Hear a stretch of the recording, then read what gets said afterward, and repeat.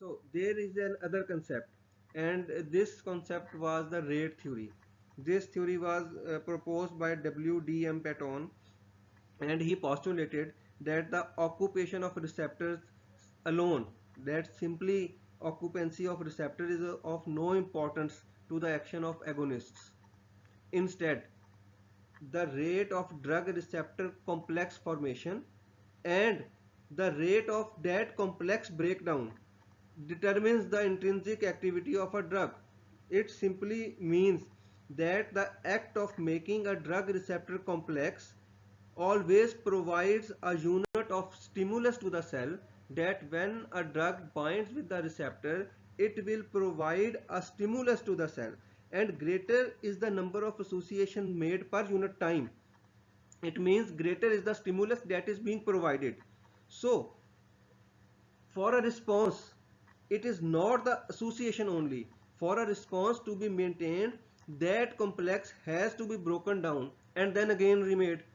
So the more rapidly the complex dissociates, the more rapidly new association will take place. So according to this hypothesis, agonists have a high rate of association and dissociation, and it means that they have high turnover rate. Whereas if we talk about antagonists regarding this theory, it means they make complexes rapidly, but they dissociates very slowly. That is, they produce a stable drug receptor complex.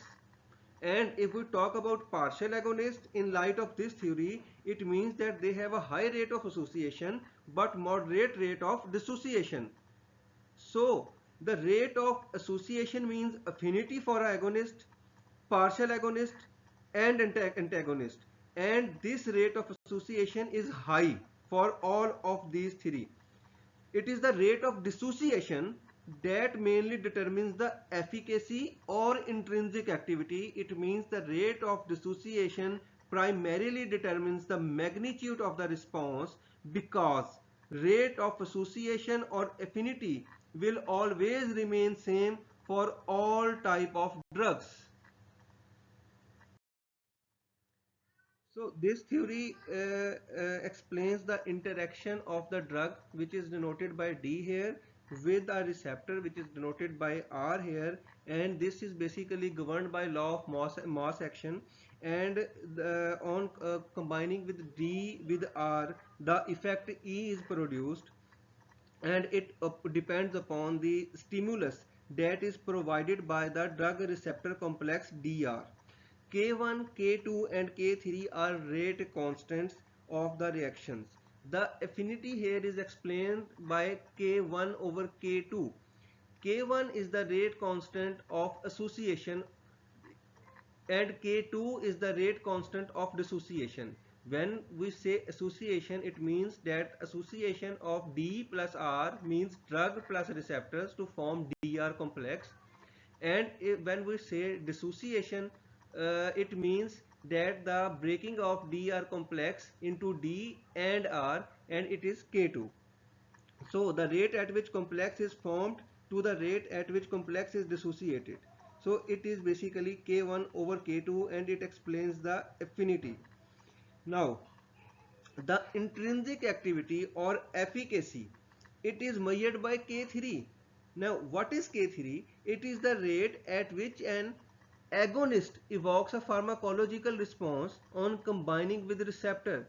It means that DR is the complex that drug is bind with the receptor, and this DR is basically eliciting a response, a pharmacological effect, and it is controlled by a rate constant which is K3. It means for a agonist, it must possesses both the affinity and intrinsic activity. And if we talk about an antagonist, it means that it displays affinity but no intrinsic activity. It, in other words, it means that for a antagonist, K3 is 0, that DR complex that is formed, it will remain as it is, it will not produce any effect. So K3 will be 0 in case of antagonist. Let us now discuss about dissociation constant, which is opposite to that which we discussed in the last slide. that is K1 over K2, which means affinity. Kd is the dissociation constant, and here it is K2 over K1. It basically represents the concentration of a drug that is required to saturate 50% of the receptors in equilibria. So it means that lower the Kd, the greater is the affinity of the drug for a particular receptor. Most of the drugs have a dissociation constants in the micromolar to nanomolar range, that is, it varies from 10 raised to power minus 6 to 10 raised to power minus 9 molar, if we talk about the range of drug concentrations. So the basic concept to understand here is that there is always a inverse relationship between Kd and affinity. That the smaller the value of Kd, the higher will be the affinity.